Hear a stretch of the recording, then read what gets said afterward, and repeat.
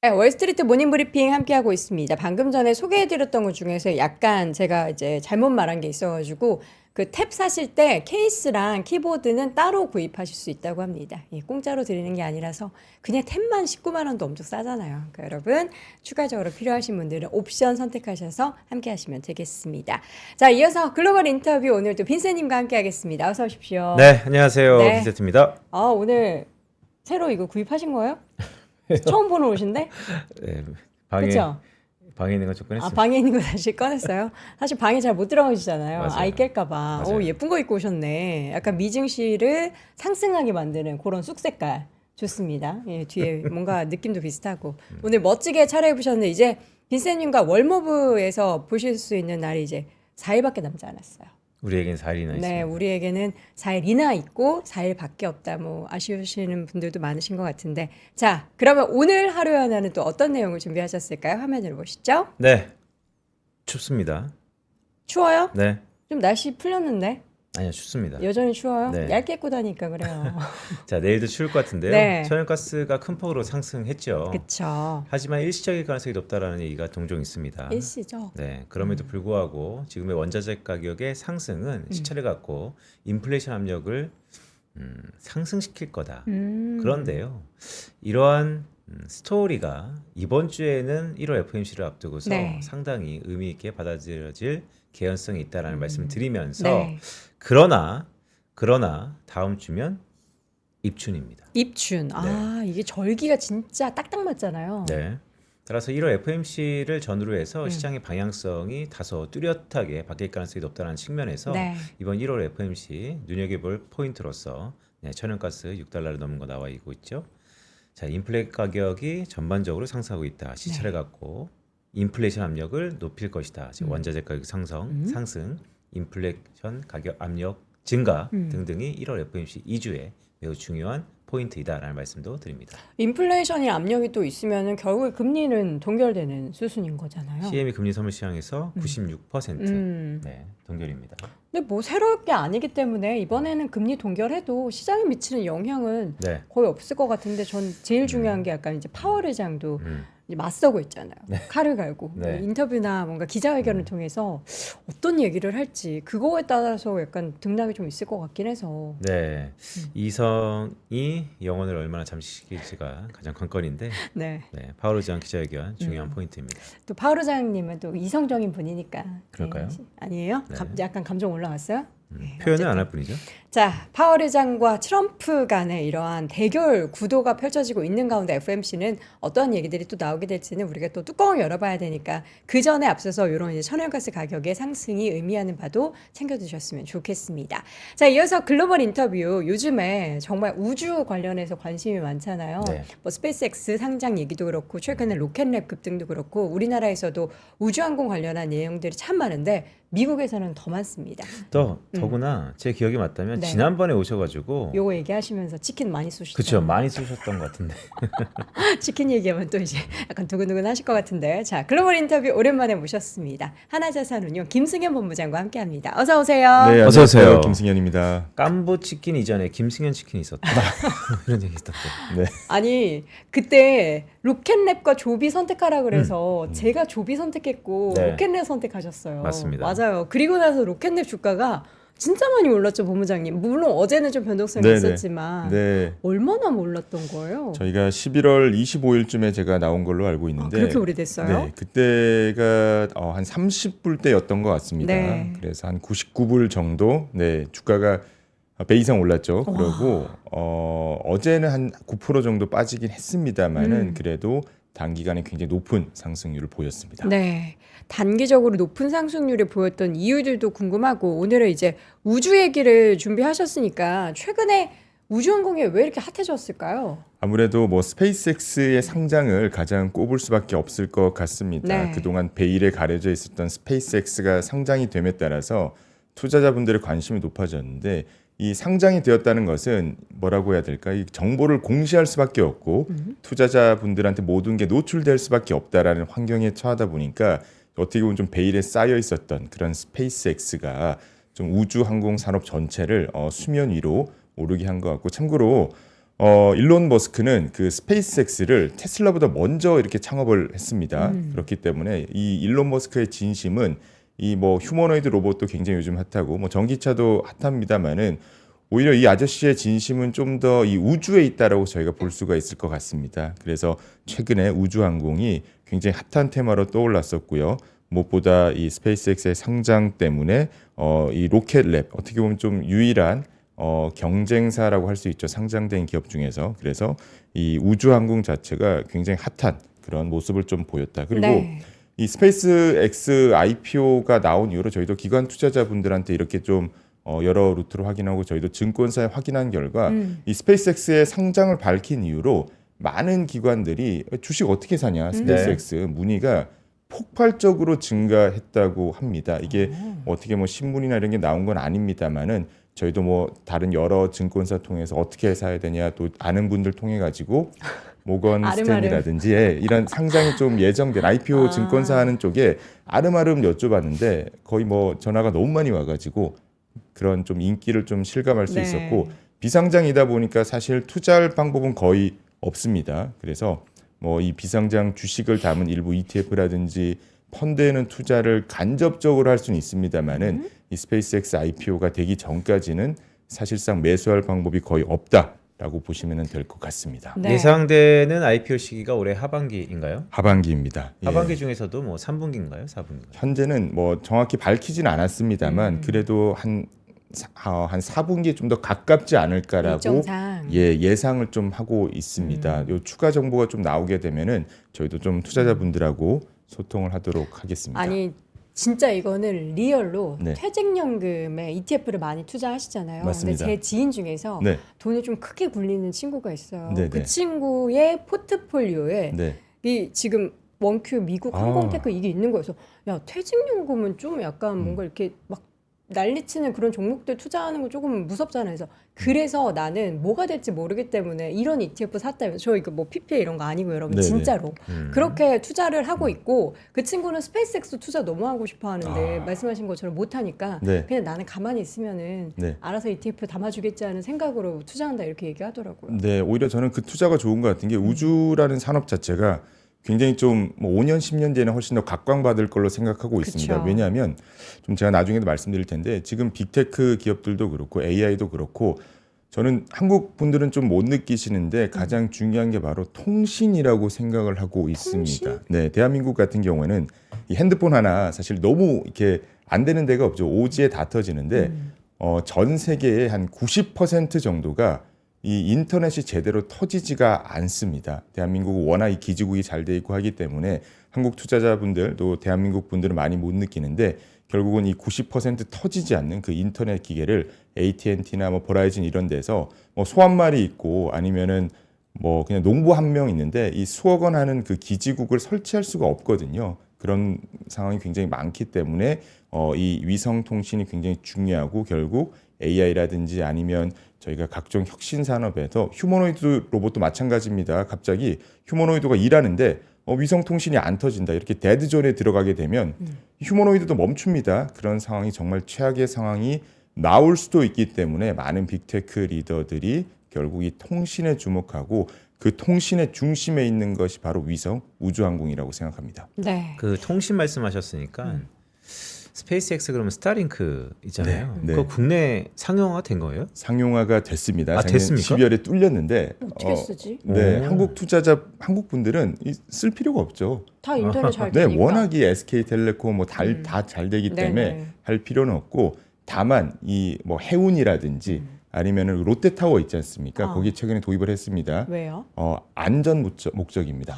화재라든지 고층 빌딩 이런 데에 혹시나 뭐 통신이 터지지 않는 뭐 네, 화재가 네. 났을 때 그런 상황을 대비하기 위함이기 때문에 국내에도 작년에 12월에 상용화가 됐습니다만은 뭐 대한항공이라든지 아니면 이런 항공사 이런 데서 사실 사용을 하고 있고요. 국내 분들은 좀 많이 못 느끼시지만 미국 같은 경우에는 뭐 라스베가스 이런 데 가더라도 뭐 50만 원, 60만 원짜리 5성급 호텔 가더라도 인터넷 안 되는 곳 굉장히 많습니다. 그래요? 예, 와이파이 돈 내도 네. 별로 이렇게 한국처럼 빠르지가 않아요. 그런 것들도 결국 위성 통신의 이 중요성을 좀 더 느끼게 되는 것 같습니다. 아 이제 호텔에서 멤버십, 게스트룸 넘버 이런 건 없어지는 거예요? 그럴 수도 있죠. 만약에 위성 통신 나오게 되면은 더 필요가 없는 겁니다. 네, 그런 시대가 올 것이라고 생각합니다. 어쨌든 지금 인공위성을 너무 많이 띄워가지고 네. 이게 별인지 인공위성인지 잘 모르겠을 정도로 지금 엄청나게 인공위성이 하늘에 많이 떠 있는데 지금도 많이 떠 있는데 네. 앞으로도 더 많이 뜰 예정이겠네요. 스타링크 뭐 이런 거 하려면은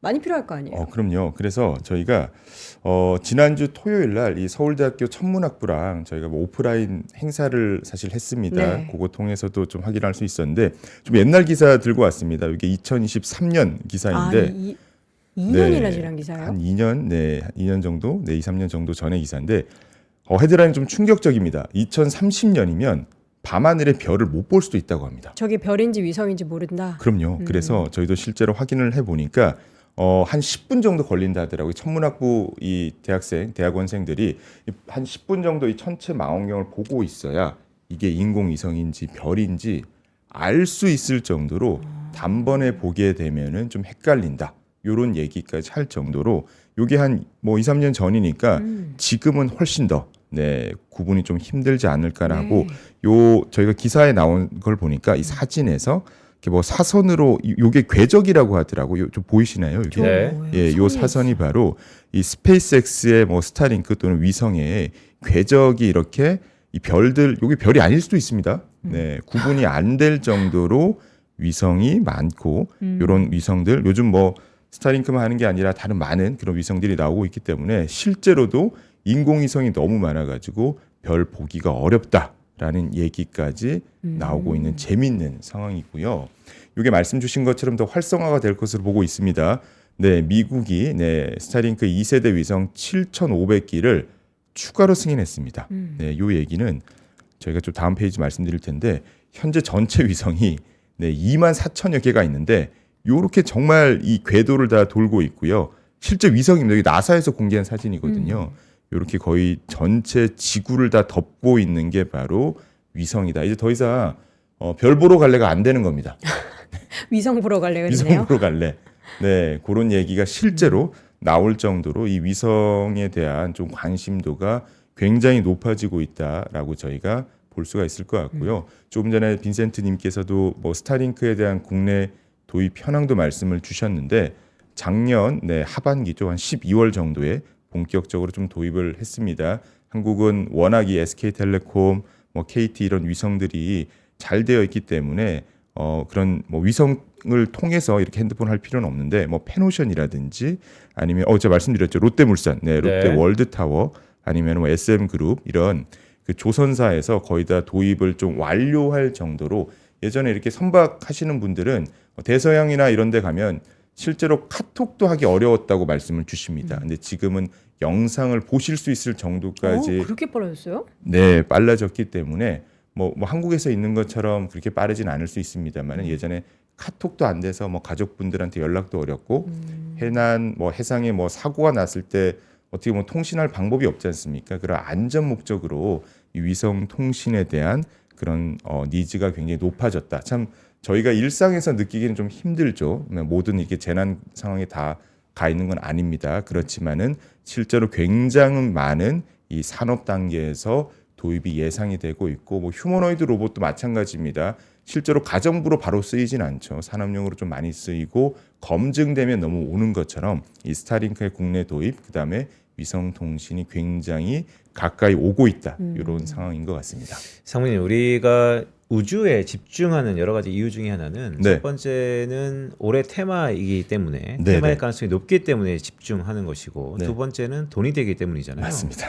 숫자 얘기 좀 해볼까요? 스페이스X가 지금 규모가 어느 정도로 산정되고 있습니까? 스페이스X가 지금 1,000조가 훨씬 좀 높는 그런 상장을 할 것으로 저희가 보고 있는데 시가총액 기준입니다. 한 1,400조 원 정도로 조심스럽게 예상을 하고 있습니다. 1,400조 원은 이 테슬라에 거의 좀 비슷한 제가 오타입니다. 죄송합니다. 이게 아닙니다. 죄송합니다. 이 테슬라가 시총이 2,000조 원이고 연간 매출이 1,400조 원인데 스페이스X 같은 경우는 한 2,000조 원까지 갈 것으로 예상을 하기 좀 있는데 요렇게 되면은 아마 S&P 500 기준으로 탑 10에 좀 들어갈 가능성이 매우 높습니다. 네. 그래서 이 스페이스X 같은 게 전체 매출은 이 테슬라 대비해서는 좀 작습니다. 좀 비교를 해봤는데 테슬라 2,000조 원, 그 다음에 스페이스X는 한 2,000조 원 내외. 매출은 당연히 테슬라가 훨씬 더 높습니다만은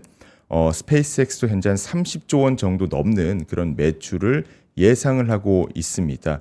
대부분이 로켓보다는 좀 스타링크에 나오는 산업이 대부분이긴 합니다만은 그래도 이 스페이스X의 좀 높은 성장성을 바탕으로 해서 시가총액 10위 안에는 좀 단번에 들어가지 않을까 그렇게 생각하고 있습니다.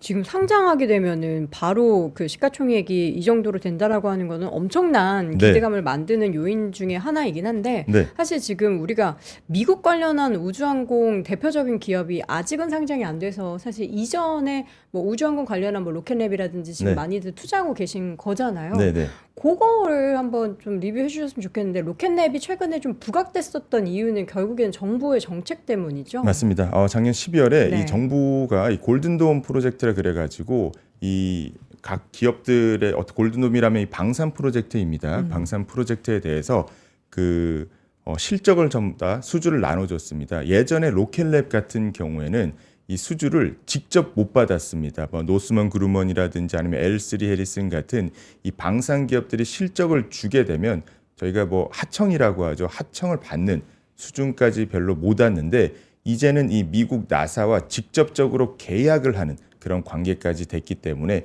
저궤도 위성에 대한 발사, 그다음에 감시 그리고 이 위성 통신에서 가장 또 중요한 것 중에 하나가 이 광학 렌즈가 있습니다. 이 렌즈가 소련 아니고 러시아죠. 러시아에서 네. 미사일 발사하는 그 뚜껑이 열리는 걸 계속 감시하는 광학 렌즈가 있는데 요거에 대한 기술을 바로 독점적 기술을 바로 로켓랩이 보유를 하고 있습니다. 그렇다 보니까 다른 그 방산 기업들이 오히려 이 로켓랩한테 가가지고 이 광학 기술은 우리가 너희한테 살게 해서 그런 것들은 오히려 직접적으로 로켓랩이 매출이 발생한과 동시에 다른 방산 기업들한테도 오히려 물건을 파는 그런 좀 매출이 나오는 상황까지 나오고 있기 때문에 이 로켓랩이 이제는 이 나사가 검증한 그런 위성 통신 기업이다라는 평가까지 받으면서 최근에 주가가 좀 많이 오르는 모습들을 보였습니다. 그러면 이제 앞으로 스페이스X 상장 전에는 뭐 스페이스X 관련한 뉴스와 뭐 네. 로켓랩 정보 이야기 이런 걸로 계속 재료를 하면서 네.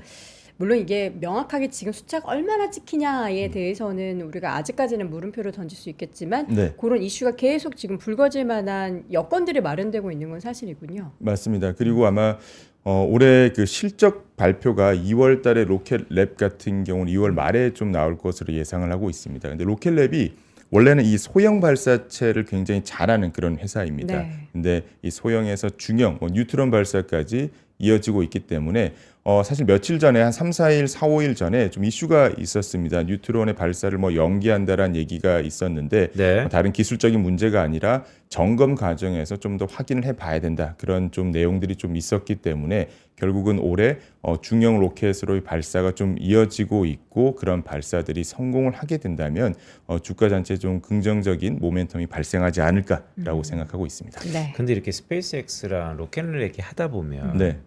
또 지금의 미중 패권 경쟁에서 네. 중국도 이 우주 로켓 이쪽이 네. 상당히 경쟁력이 있다라고 하는데 관련 상품들은 별로 없나요?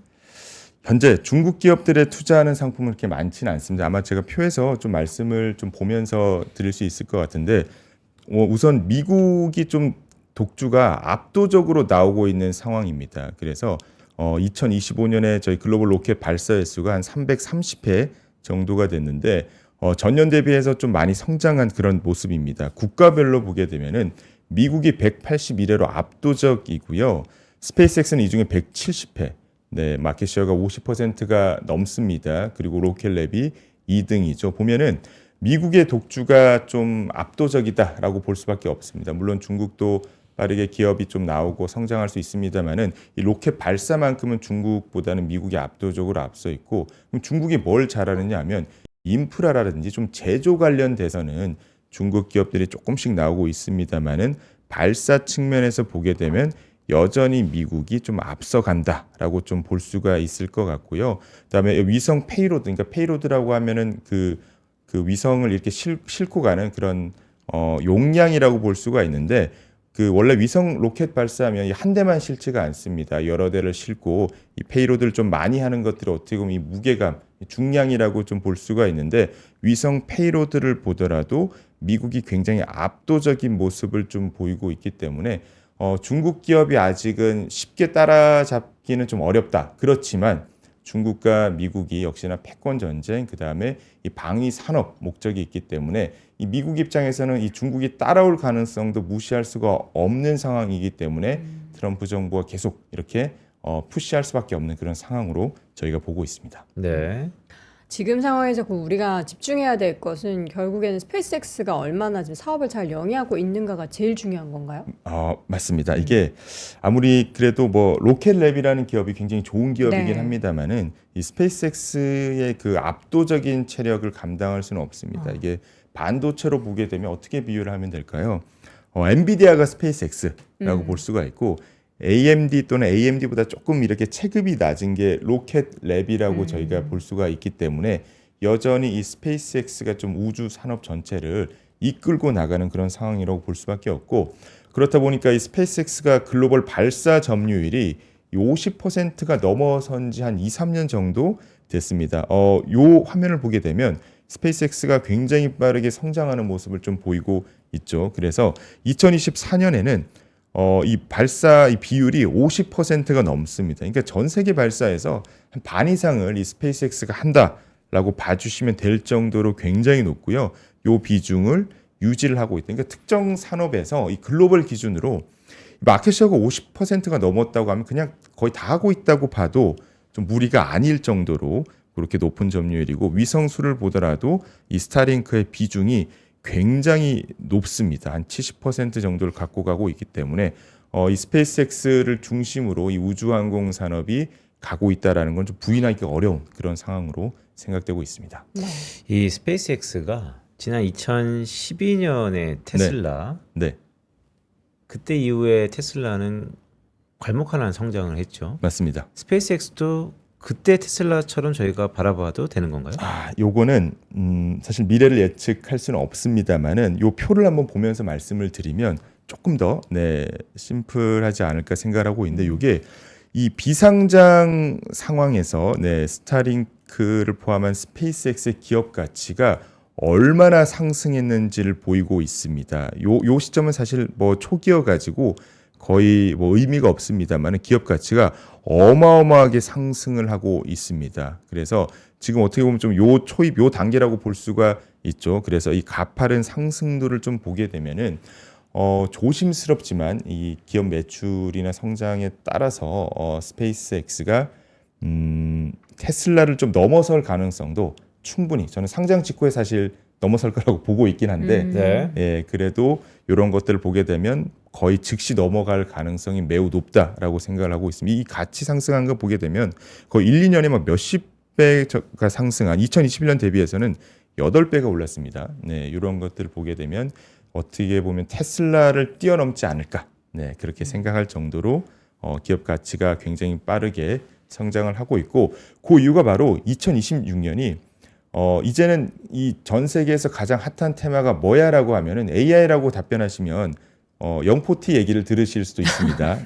그래서 올해는 특히나 이 우주의 해가 되지 않을까라고 생각하고 있습니다. 왜죠? 요게 이벤트가 굉장히 많습니다. 요게 좀 글자가 적게 보이실 수 있는데 그만큼 올해 굉장히 많은 이벤트가 있고요. 뭐 스타쉽 같은 경우도 그렇고 뭐 아르테미스 프로젝트 포함해서 심지어 중국의 뭐 유인, 무인 이 프로젝트까지 있습니다. 그래서 중국 같은 기업들도 굉장히 빠르게 성장을 하고 있고 미국을 따라잡기 위해서 노력을 하고 있기 때문에 이러한 것들이 올해는 좀 더 우주에 많은 관심을 저희가 보여야 될 것이라 생각하고 있고 기술 측면에서 보게 되면 스페이스X 상장이 있고요. 그다음에 스타쉽이 재사용 기술을 좀 거의 확보했다고 저희가 보고 있습니다. 그리고 위성 통신에 대한 서비스가 빈센트님 말씀 주신 것처럼 이 테슬라를 뛰어넘기 위해서는 이 수익화가 좀 더 돼야 될 것 같고 미중의 패권 전쟁이 심화되는 그런 올해는 우주의 해다라고 저희가 보고 있습니다. 그러니까 스페이스X 상장도 있지만 지금 여러 가지 이벤트들이 지금 분기마다 네. 가득가득 있는 상황이기 때문에 이런 이슈를 계속해서 우리가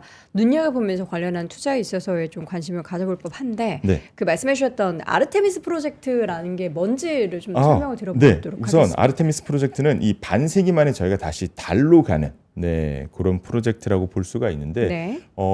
이 우주인 예전에 이 달에서 좀 한 1969년이죠. 저희가 달로 보낸 이후에 반세기 만에 달로 가는 그런 심사가 저희가 좀 진행이 될 것으로 보고 있습니다. 아르테미스 같은 경우 무인 우주선 발사라든지 뭐 유무인 우주선 발사, 달 우주 정거장 건설까지 한 총 3단계로 좀 구성이 될 것으로 보고 있고 아르테미스 같은 경우는 빠르면 내달에 다음 달에 좀 발사할 것으로 예상을 하고 있습니다. 그러니까 트럼프 정부가 작년 말에 이 법안 서명에서 밝힌 것처럼 이 달을 통해 가지고 뭐 원전이라든지 그런 이 핵심 시설까지 구축하는 것을 좀 목표로 하고 있기 때문에 이 달에 대해서 저희가 좀 더 많은 관심이 좀 필요할 것으로 보고 있고요.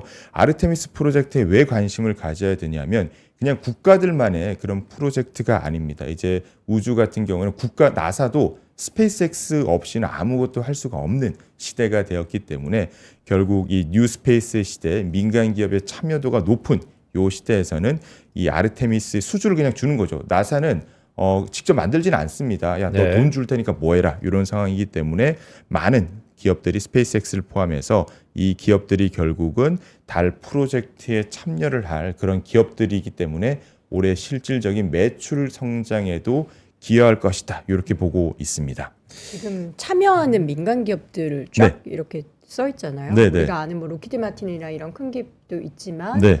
여기 보면은 로키드 마틴, 그다음에 노스먼 그루먼, 블루 오리진, 보잉이라든지 이런 기업들. 3,800개의 공급업체가 네, 참여한다고요? 그러니까 이게 어떻게 보면 우주라는 것 자체가 네. 모든 과학의 좀 집약체라고 볼 수가 있습니다. 요즘 은 가격도 많이 올랐지 않습니까? 네, 네. 이 얘기 왜 하시냐면 은이 굉장히 좀 전도율이 굉장히 높습니다. 그다음에 구리나 아니면 다른 것도 대체가 가능한데 이 우주선과 같이 굉장히 정밀한 산업, 그다음에 극악의 환경에서는 얼마나 잘 버티냐가 중요한데 돈 좀 더 주고라도 굉장히 좋은 재료를 많이 쓰고 그 재료를 통해 가지고 많은 기업들이 이 부품 하나까지도 굉장히 정밀해야 되기 때문에 많은 기업들이 참여를 하는 대규모 프로젝트라고 보시면 될 것 같습니다. 지금 우리 뭐 속보에 많은 분들이 지금 다 현대차 쪽 어떡하냐 걱정하시는데 트럼프 대통령이 또 트루스 소셜을 통해서 한국산 자동차와 관련해서 여러 가지 또 품목 몇 가지 언급하면서 기존의 자동차가 15% 의약품도 있네요.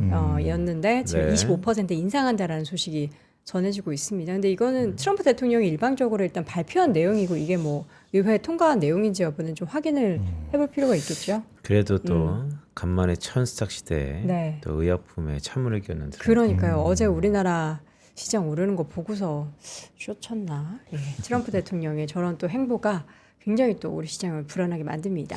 네. 본부장님, 네, 지금 어쨌든 관세 이런 것들이 네, 올해 미국의 중간 선거가 11월 달이지만 네, 실제로 프라이머리 보면 이제 3월 3일부터 시작을 하는 겁니다. 네, 근데 네. 지지율이 지금 곤두박질 치고 있잖아요. 네. 맞습니다. 미국 얘긴데 네, 네, 트럼프가 내부의 불안감을 더구나 지금 한국 언론에는 잘 뜨문뜨문하게 나오지만 미국은 들끓고 있는 게 또 사람도 막 죽어 나가고 네. 과잉징화 이민 문제 이런 게 큰데 네, 미국도 네. 이런 정치적인 불확실성을 결국 돌파하기 위해서 타개하기 위해서 시선을 돌릴 텐데 네. 그런 것에 우주 아니면 네. 국방 이런 것들이 과거에 똑같은 레파토리로 이번에도 작용할 가능성이 높고 그러면 거기에 꼭 투자 관점에서 뭔가 테마가 될 가능성이 높다 이렇게 좀 보시나요?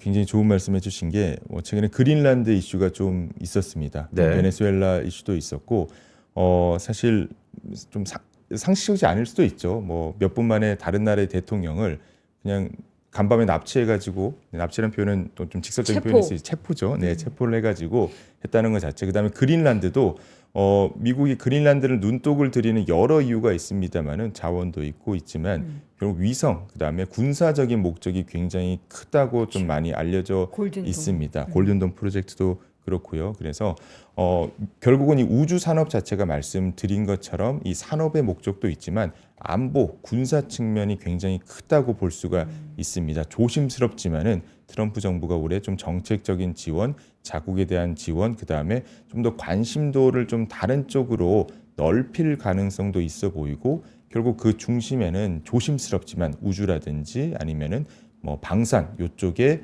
좀 초점이 되지 않을까라고 보고 있습니다. 지금 우리가 이제 알고 있는 미국 기업들도 많지만 모르고 있는 기업들도 많고 최근에 이제 앞서서 말씀해 주셨던 로켓랩도 주요한 종목으로 최근 시가총액이 정말 많이 불어났지만 네. 주요 기업 중에서 이거 AST 스페이스 모바일 네. 이 기업도 굉장히 최근에 주가가 많이 올랐어요. 주가가 엄청 네. 올랐습니다.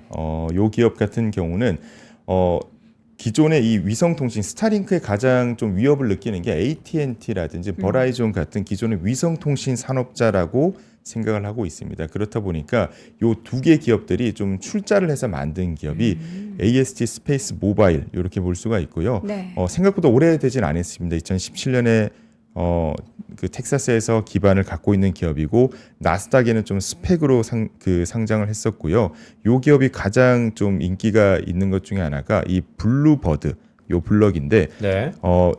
스타링크와 좀 시스템이 다릅니다. 스타링크는 이렇게 위성 어떻게 보면 접시라고 하죠. 접시를 각 그 사업 한국에 있는 그 사용자들이 설치를 해야 됩니다. 그게 한 5, 60만 원 좀 하는 것 같더라고요. 그거를 설치를 해가지고 위성에서 쏘는 신호를 이 접시가 잘 받는 게 중요한데 반대로 AST 스페이스 모바일은 요 오른쪽에 블루버드 보이시죠? 이게 굉장히 큽니다. 요거를 통해 가지고 우주에서 실제로 영상 같은 거 보면 이 블루버드가 진짜 새처럼 날개를 젓고 있다가 요렇게 펼치거든요. 요렇게 펼치게 되면 위성 통신 이 접시가 없더라도 우주에서 정말 이 위성 이 통신 핸드폰 하나 찾는 정도의 기술력을 가지고 있습니다. 그렇다 보니까 이 통신 사업자한테는 훨씬 더 유리한 그런 기업으로 보시면 될 것 같고요. 대부분의 이 수주들이 모바일 네트워크의 운영사 아까 말씀드린 그 AT&T, 버라이즌 이런 기업들이 좀 하고 있고 정부 같은 경우도 일부 수주를 좀 받고 있다. 이렇게 보시면 될 것 같습니다. 이 블루버드 블럭2 같은 경우도 지금 개발을 준비를 하고 있고요. 네, 어마어마하죠. 2,400평이면은 평방이면은 엄청난 크기의 이 안테나를 가지고 있다 보시면 될 것 같고 올해부터 좀 서비스가 예상되고 있습니다. 그리고 올해 중반에는 상용 서비스를 목표로 하고 있기 때문에 연간 뭐 72기의 탑재는 그러니까 결국은 우주항공은 양산이 돼야 좀 돈을 벌 수가 있습니다. 양산 단계에 곧 들어갈 것이다라고 보고 있고 최근 5개년 실적은 좋지는 않습니다만은 아까 말씀드린 뭐 캐시 런웨이라고 하죠. 이 기업들은 결국 돈이 현금이 이 수익이 내기 전까지는 현금이 얼마나 갖고 있냐가 굉장히 중요한데 결국 이 대형 수주 계약을 확보를 함으로써 이 실적도 이제는 좀 턴어라운드가 예상될 것으로 보고 있습니다. 그래서 좀 뭐 스타링크의 경쟁자라고 보기는 아주 많이 어렵고요. 대신에 좀 더 위성 통신에 좀 적합한 그런 회사라고 보시면 될 것 같습니다. 그러니까 올해는 여러모로 이제 뭐 중간 선거 예정돼 있는 가운데 트럼프 오늘 지금 뭐 관세 얘기도 하고 네. 이런 것처럼 뭔가 본인의 패권을 네. 주기 위한 여러 가지 행보를 펼치는데 그 중에서 계속 이제 우주를 이야기하고 네. 뭔가 관련한 산업들을 계속 푸시하는 그 목적은 그 본인의 안위를 위해서, 본인의 지지를 위해서. 이게 저희가 뭐 정치 라고. 얘기는 절대 아닙니다만은 결국은 뭐 선거에 이겨야 그렇죠. 이 자리를 어떻게 보면 좀 유지하는 측면에서 저희가 금융 측면에서 충분히 분석을 할 수가 있을 것 같습니다. 그래서 미국 같은 경우도 선거가 있기 때문에 좀 표를 좀 받을 수 있는 그런 정책적인 측면들 또는 미국 이 투자자분들로부터 좋은 평가를 받을 수 있는 정책이 나올 수밖에 없고 그러면 결국 뭐 흔히 말하는 국뽕이 나오는 그런 정책도 나올 수밖에 없는 상황이라고 보고 있고 역시나 그 중심에 조심스럽지만 우주와 우주항공이 있다라고 생각합니다. 이러면 또 우주 얘기하면 네. 또 일론 머스크랑 또 친하게 지내고 뭐 또 이런 행동들을 또 보이겠죠? 친해질 때가 왔죠. 그러니까 트럼프 입장에서는 관세는 협상의 기술이기 때문에 네. 트럼프의 관세는 공통 로직이 있습니다. 그가 원하는 것이 있다. 예, 뭔가 원하는 워심을 것이 파악해야 되겠네요. 그렇죠. 그러니까 원하는 것이 있는 상대는 오히려 그 원하는 것을 잘 파악하고 미리 대비하면 상당히 또 기회가 되기 때문에 원하는 거 다 줬잖아요. 그래서 막 공장 짓는다고 했고 현대차 다 그렇게 해서 악수 다 하고 끝냈는데 왜 갑자기 또 25%를 올리는 거예요? 그가 원하는 게 아니었습니다. 그럼 뭐예요? 그가 원하는 게 공장 짓는 걸까요? 그럼 뭐예요? 돈도 그건 준다고 과정 하잖아요. 아닐까요? 정말 원하는 거 끝까지 다 이루어줘야 돼요? 지금 땡깡 피는 거 우리가 다 들어줘야 되는 거예요? 글쎄요, 뭐 협상의 기술에서 원하는 것을 얻을 때까지 음. 끝까지 지속적으로 계속해서 간헐적으로 잘 모르겠습니다. 사실 이제 지금 이 이슈는 트럼프 대통령이 혼자 이제 SNS를 통해서 올린 거고, 네, 요걸 통해서 우리 시장에는 물론 이제 부침이 있겠죠. 당연히 뭐 흔들림이 발생할 수는 있겠지만 이것도 어떻게 또 이겨내고 타게 가는지가 관건인데 네. 우리 막 지금 현대차 목표 주가 막 80만 원 나오고 하는데 음. 지금 바이오 지금 이제부터 달려 하는데 여기에 또 찬물을 끼얹게 돼서 참 마음 아프지만 다시 우주항공으로 돌아오자면 트럼프의 이런 속내에 있는 아주 참 좋아하는 그런 산업 중에 하나가 우주항공이기 때문에 이 관련한 이슈와 함께 관련한 투자는 계속해서 좀 관심 갖고 지켜보셔야 될 것 같습니다. 마지막으로 어떻게 우리 본부장님 하시고 싶으신 말씀 있으실까요? 우주항공 산업이 굉장히 좀 촉망받는 산업은 네. 맞습니다만은 그래도 저희가 투자할 때는 리스크를 반드시 또 생각을 좀 해야 될 것 같습니다. 중장기적으로는 굉장히 좋은 전망을 갖고 있습니다. 저는 요 상품 또는 요 종목들은 언제 사느냐가 중요한 게 아니라 언제 파느냐가 더 중요한 그런 종목이라고 생각을 하고 있습니다. 단기 변동성은 좀 유의를 하시되 반드시 뭐 한 주라도 이 매수를 하셔가지고 좀 흐름을 보시면 좋을 것 같고 단기적인 모멘텀은 아무래도 그 스페이스X의 상장 그다음에 많은 빅테크 리더들이 이 데이터 센터를 우주로 보내는 거에 대해서 좀 많이 얘기를 하고 있습니다. 우주 같은 경우는 영하 270도의 극저온 상태이기 때문에 쿨링이 필요 없고요.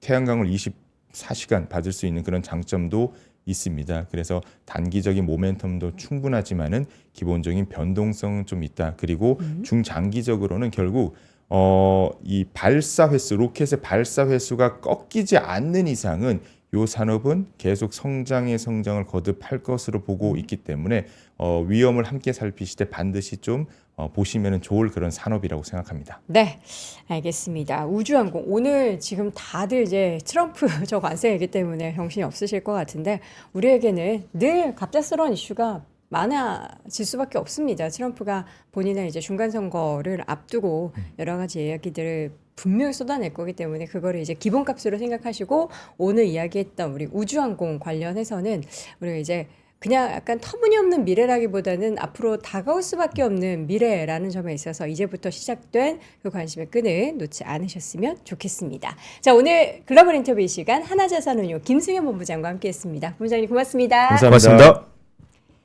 어떻게 또 하고 싶으신 말씀 없으신가요? 뭐 트럼프 시대에 네. 뭐 SNS까지 이렇게 매일 불확실하죠. 지금 꼴 보기 싫대요, 트럼프 대통령. 그래요? 변동성도 크고. 네. 그런데 트럼프 국면의 변동성은 뉴 노멀입니다. 이제는 받아들여야 될 때이고요. 네.